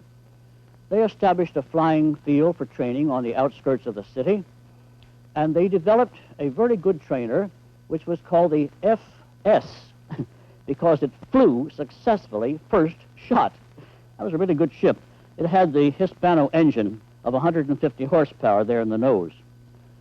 With the entry of America into the war, April 6, 1917, the Dayton Wright Airplane Company was formed in that city, and Orville Wright became a director. Their first contract was for training planes, but following the decision of an official aircraft board that the British de Havilland IV airplane was the type that America should produce in quantity for combat service. The Dayton Wright Airplane Company received a contract to build 4,000 of them. An interior view shows the intensive production underway. And here we see a vast number of fuselages awaiting their wings before shipment overseas. These airplanes were powered with the Liberty engine, that dear thing I love so much, 400 horsepower, which was one of the major productions by America in World War I. Here is Orville Wright with the company's chief pilot, Howard Reinhardt, following a flight in the de Havilland IV. This airplane is now preserved by the National Air and Space Museum. A very significant and little-known development in World War I by America was the design and production of guided missiles, and in that project, Orville Wright had a vital part. Working with a group of engineers and manufacturers, including Boss Kettering, Virginius Clark, Harold Morehouse, and others, Orville participated prominently in the design of the wings, propeller, and other components. The Dayton Wright Messenger served as a manned airplane for testing the guided missiles. It had some qualities also as a private sport plane. It tested the De Palma engine. Sometimes these missiles were called aerial torpedoes, but the usual term was the bug. Successful test flights of the unmanned missiles were made, but the signing of the armistice on November 11, 1918 terminated the project. Post-war airplanes of the Dayton Wright Company include several modifications of the de Havillands, such as a company executive airplane and a similar one called the Honeymoon Express. With the closing of the war, the airplane industry became anxious to find ways to utilize its capabilities and resources. The James Gordon Bennett Trophy race had last been held in 1913, when it was won by France, but the war had suspended further contests. In 1920, the competition was reopened with France as the host, and America prepared 4 fast planes as entries. This one carried the hopes of the Dayton Wright Company. Orville Wright was much interested in it and apparently made wind tunnel studies of the design. I saw that model up at the Franklin Institute. This type was known as the RB-1, named for Reinhardt and Bowman of the Dayton Wright Company, who are here standing beside their entry. It was powered with a 6-cylinder, 250-horsepower Hall-Scott or Liberty engine. Its wing could be varied in airfoil curvature. The landing gear was retractable. The cockpit was enclosed. The estimated speed was above 200 miles per hour, but regrettably, in the race, it did not perform at its best. A broken rudder cable necessitated a forced landing, and the pilot, Howard Reinhardt, realized that it was out of the race. Sadie Lecoin, in a French Newport, won at an average speed of 168.5 miles per hour. Thus, with its 3rd consecutive win, France kept the trophy. The last airplane to be designed by Orville Wright was named with his initials, the OW. It was a 3 or 4 place cabin plane, here shown during its construction with part of the wing uncovered. The engine was a Wright Hispano of 150 horsepower. Benny Whalen, who had learned to fly at the Wright School, was its principal pilot. I again thank him for these photographs as I show them to you.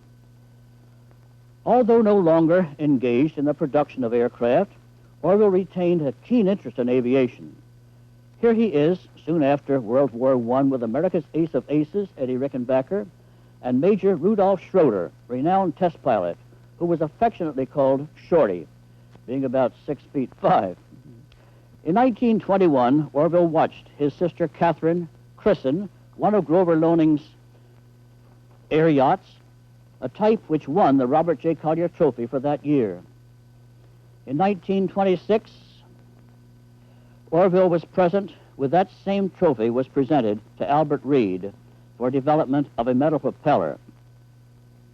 At the left is Godfrey Cabot, then head of the National Aeronautic Association. General James Fauché was chief of the Army Air Service next to him. Orville is standing beside Mr. Reed. After the war, the Wright-Martin Aircraft Corporation had been reorganized, becoming the Wright Aeronautical Corporation. Some of their most successful engines were designed by Charles Lawrence. Thus, the name Wright was often linked with various airplanes, which used this corporation's engines. But Orville had nothing to do with their design. Here's the Wright Balanka airplane. which was such a sensation at the 1925 National Air Races where I photographed it. It was the forerunner of the Balanka transatlantic airplanes, which thrilled the sensation-loving public in the latter 1920s. Remember the Columbia. The Wright Whirlwind engine, which was an outstanding factor in the success of Charles Lindbergh's flight from New York to Paris, May 21, 1927, further perpetuated the name of Wright. Following Lindbergh's return to America and his receptions in Washington, New York, and St. Louis, his next wish was to pay his respects to the surviving brother of the two who first gave powered and controlled wings to mankind. The world record altitude flight of Apollo Suchek of our Navy on May 8, 1929, when he climbed to 39,140 feet, was in a Wright Apache airplane produced by the Wright Aeronautical Corporation, but powered with an engine made by Pratt & Whitney. A year later, Suchek set a new record of 43,166 feet with the same airplane. The Apache was one of the last types to carry the name Wright. Further examples of Orville Wright's continuing interest in aeronautical events and progress is his attendance at the International Aeronautic Conference that was held in 1928 in Washington. He is at the left. The group includes Henry Ford, Charles Lindbergh, Bill McCracken, A.P. Warner, and others. And here is Orville standing beside Porter Adams, who was president of the National Aeronautic Association. General Benny Falloy is there in the gray coat, chief of the Army Air Corps at that time. Now, during all this period, Orville Wright maintained his own laboratory in Dayton, conducting experiments in his wind tunnel, developing various mechanisms, constantly interested in learning more about the laws of aerodynamics. His final years were comfortable, with satisfying memories of worthwhile accomplishments. He had many friends, often inviting them to share his beautiful home, which he called Hawthorne Hill, in the residential part of Dayton. There, on January 26, 1948, he decided he should fix the doorbell. Perhaps he overexerted himself. That afternoon, he suffered a heart attack at his laboratory. After a few days in the hospital, he died the evening of January 30, 1948. He is buried in the family plot in Dayton beside his beloved brother, Wilbur. Wilbur and Orville Wright received many honors. One of the first was the gold medal from the Aero Club of France. The Royal Aeronautic Society of Great Britain gave them its gold medal. The Smithsonian Institution gave them the first Langley Medal. The gold medal of the Aero Club of America was presented at the White House by William Howard Taft. Congress voted them a gold medal, which was given to them in Dayton. There are many memorials to the Wright brothers. The first was placed by the citizens of Kitty Hawk in front of the home of Captain Tate, where they assembled their first glider in 1900. At Le Mans, France, near where Wilbur made his astonishing flights in 1908, this monument was erected. And in southern France, where Wilbur continued his flying and instructed pupils in 1909, this monument was dedicated. The United States Navy named its first aircraft tender the USS Wright. At one time, her executive officer was DeWitt Clinton Ramsey. I had the privilege of knowing Admiral and Mrs. Ramsey. They established the Ramsey Fund for the National Air and Space Museum. The most famous memorial to the Wright brothers is their Wright Flyer of 1903. To the gratification of all mankind, it has been preserved. It is the most treasured exhibit in the National Air and Space Museum. Displayed as shown here in the place of highest honor, together with Lindbergh's Spirit of St. Louis, the X-15, which is the world's most advanced experimental airplane, and the spacecraft Friendship 7, in which John Glenn became the first American to orbit the Earth. The most impressive monument to the Wright brothers is at the top of Kill Devil Hill, about 4 miles south of Kitty Hawk, North Carolina. From the crest of this hill, they made their glides in 1901, 2, and 3, and from near its base, they made their first powered flights. The inscription around the base of this monument is particularly appropriate for us to recall as we come to the conclusion of our story of the Wright brothers. It is in commemoration of the conquest of the air by the brothers Wilbur and Orville Wright, conceived by genius and achieved by dauntless resolution and unconquerable faith.